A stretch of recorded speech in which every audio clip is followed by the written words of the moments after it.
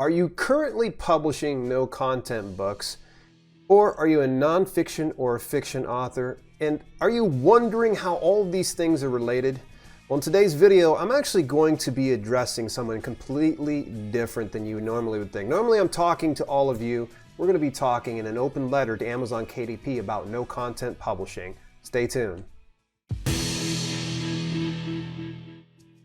Hey, I'm Dale L. Roberts, a best-selling author as well as self-publishing advocate who wants to show you how to publish books that sell. And if you want that too, make sure you click that subscribe button, ring the bell notification icon, and turn it to all so that way you don't miss a single one of these videos.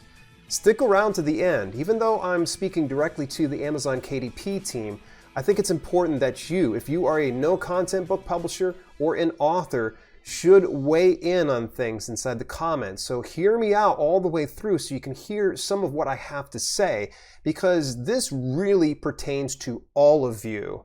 So my intent is actually to address the Amazon KDP team. And the very first thing I want to say is thank you for all you do. It's really awesome. You know, this is a platform that all of us have grown to love, and some of us have made a substantial living by utilizing the Kindle Direct Publishing platform.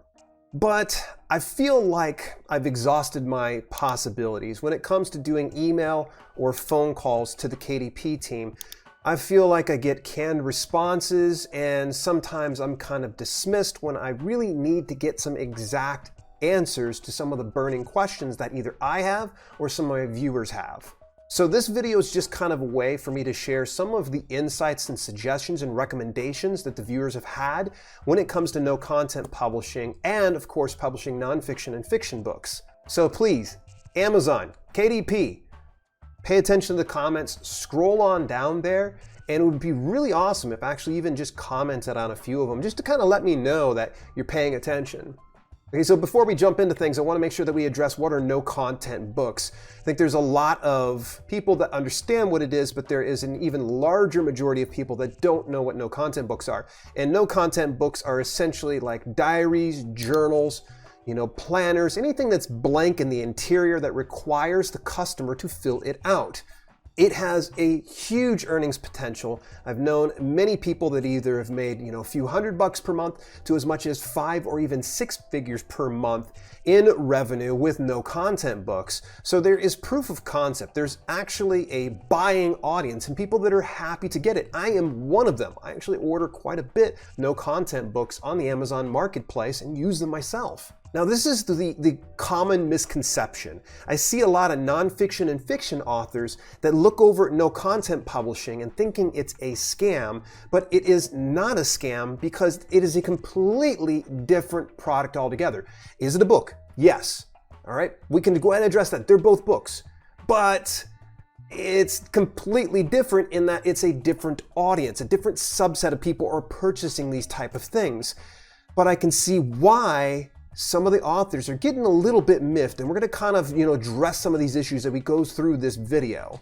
So what are the issues? Let's start it out with the very first thing is miscategorization. This means that each one of the books that are put through KDP print are categorized according to what they choose for BizAc and what they're using for keywords. And then of course they're able to add up to words of 10 categories per publication. But the problem is if this is a no content book, it makes no sense to put it on the same shelf as a fiction or nonfiction book. I mean, if it's a diary and maybe it says I heart unicorns on the front of it, does it make sense that it's going to be on a fiction shelf? Sure, unicorns are fictional, but there's no actual content to back it up outside of the art that's on the outside of this. So what's happening is the audience that's coming to read books is visiting the Amazon marketplace. And then when they discover a book that has been categorized according to the print bookstore, they're getting confused. And there's some market confusion. I can't say I blame them. The next issue here, and this has really kind of been a site-wide problem, and it's really gotten worse over the last year, it's the slow approval times. And so people are uploading print interiors. It's taking anywhere from about 3 to 4 days and sometimes upwards of 2 weeks to get the interior approved. And I've heard some people actually state they've reached out to the team and you're doing a great job and actually moving some of the no content books and getting it to where it's prioritized differently than the actual fiction and nonfiction books. That's great, but unfortunately that means there's still that slow approval time, and I know there's only so many of you to handle so much that's being uploaded. I'm going to address that. We've got the account terminations. Okay, so there's 3 points that I want to hit on here. All of it kind of circulates around the fact that I've actually had some viewers and people that I know that have reached out to me that have had their KDP accounts terminated. And these are people that are husbands, wives, people that are supporting their family with this revenue, and they're being shut down, and it all revolves around no content books. So of course there's this fear of, are no content books not allowed? Well, the 3 issues I've heard so far is repetitious content. So some of the no content book people are uploading the same interior because, I mean, you can only do a lined interior so many ways.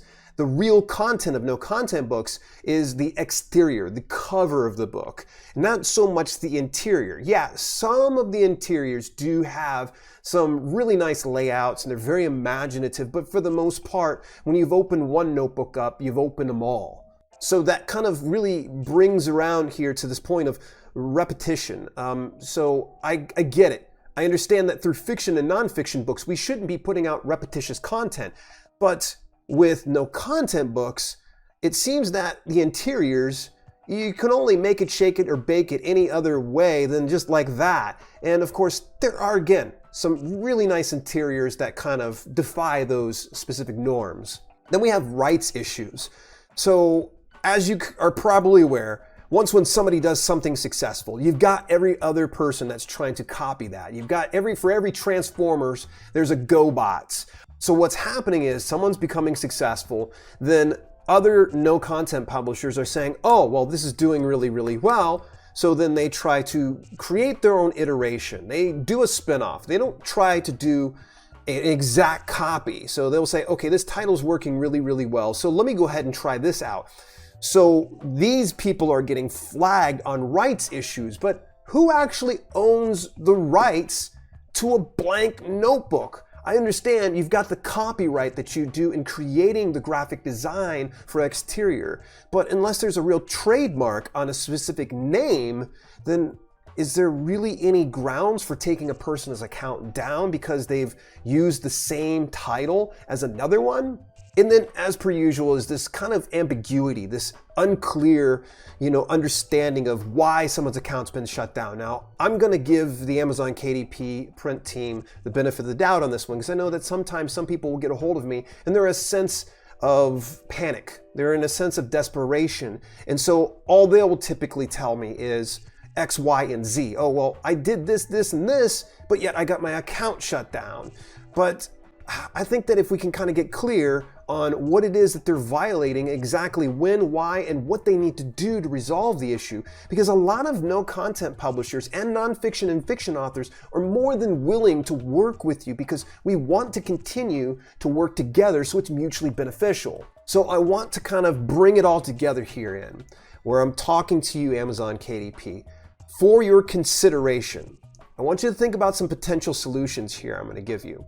And it's something maybe you guys can get together and mastermind on and figure it out. And I'm sure that there's gonna be more inside the comments down below. Let's start it out with the very first one.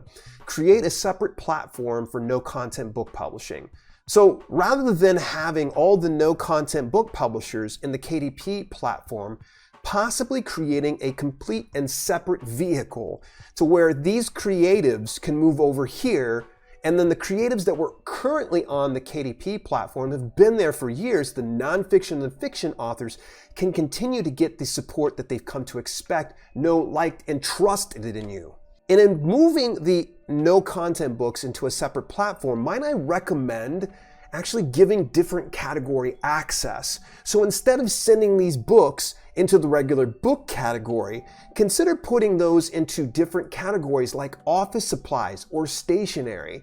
This is going to be completely up to you, but it makes more sense that you would categorize it to where it's more discoverable for the audience that's looking for it rather than accidentally discovered through nonfiction and fiction readers. And I want you to think about this. This is going to mitigate a lot of low-star reviews and returns, which means less headaches for you and bigger victories for everyone. Number 2, daily upload maximums. Okay, so I've heard that there is a 1,000 book maximum upload per week, and I think that is absolutely ludicrous. There's no reason any specific self-publisher should be uploading 1,000 stinking titles. I don't even think that there's even any trade published company that's putting out that many in the course of a week. So just to think that someone's putting up that much volume just tells me that they're just cramming a bunch of stuff onto the market and hoping for the best. So I think that we need to be a bit more clear about where you stand when it comes to maximum uploads. So I think if you can get it to where there's a daily limit, it's something actually I discovered, and we're going to come back to them in just a second, through Merch by Amazon. Merch by Amazon only allows so many products that are going to be uploaded there and so many you can do within the course of a given day. This is going to get it to where you guys and gals over at KDP are not having to break your backs trying to get this volume out so fast because someone decided they were going to go ahead and do all 1,000 of their uploads on one day. So if you do this policy, make it known. Put a press release out, send it out to all KDP account holders, and put it inside your terms of service so we know exactly what's going on when it comes to the minimum and why you're enforcing this. Number 3, purge non-performing content. Okay, so I said I was going to come back to this. Merch by Amazon is just a great example of how they limit the uploads on a given day and in a specific account. And also, if a specific product is not performing, it's not selling at all, it has a shelf life. So it stays inside the account, I think upwards of about a year at a time. So maybe we do that as well for content that's not doing well in a given account. Number 4, consistent human vetting processes. Okay, I get it. It's not a perfect system. Imagine you're getting in an influx of new people that aren't fully aware of the terms of service when it comes to Amazon KDP, but you got to be consistent across the board. I see some people that are getting heavy-handed treatment and then other people that are just completely abusing the system and getting by scot-free. If you're going to have a policy, enforce it equally across the board. I know it's easier said than done, but maybe you get something put in place that it can be better enforced more consistently. Because I see things like keyword stuffed titles and keyword stuffed author names, and this is a clear violation of your rules. And there's been times that I've known that the KDP team will go, no, you can't do this, and reject it and send it back to draft and have that specific self-publisher correct that. But then you look at these other ones and they have such a keyword stuffed title. On the product page, it has an ellipses. Did someone fall asleep at the wheel over there? I mean, I don't get that. I don't understand how someone can get through with a product like that. And in the meantime, somebody else just does one specific keyword inside their author name of some sort, and then they're punished for it. And then don't get me started on this whole pixel for pixel copying. There are some people, and I know there are bad actors across any business. This business is no exception.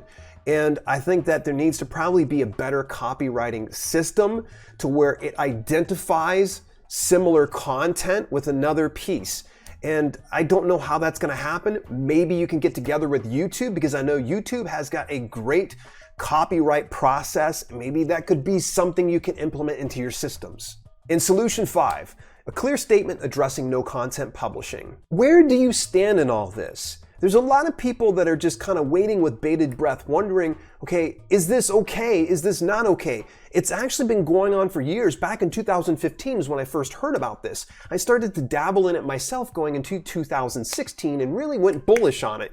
But then as it started to become flooded, I stepped back and I realized that there were some flaws in the system and some things that kind of had me scratching my head wondering, where does Amazon KDP truly stand when it comes to no content publishing? And what exactly justifies a no content book versus a low content book? We've got books with essentially lined interiors, but then we have something that's a bit more intricate, like maybe a puzzle book or a trivia book with, blank spots to leave your answers. And who determines the type of content? I mean, who's going to police this type of stuff and make sure that we can figure out what's going to be good and what isn't? In fact, IngramSpark just released a new policy update about a couple days ago, and this actually was setting a pretty good standard.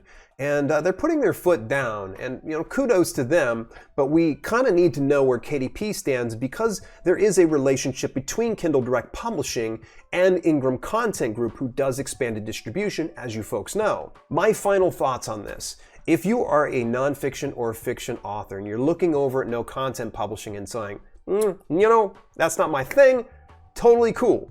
Just keep on doing what you're doing. You're doing great. Now, if you're a no content publisher, might I recommend that you be diligent about your research and that you really produce products that customers truly want instead of just forcing a bunch of stuff on the marketplace. Hey, I talked about the IngramSpark policy change, but did you catch that recent video? In the most recent video, actually, you go take a look at it down here. I'm really in depth about some of that policy change and how I can foresee the direction of this business. I will see you in that next video.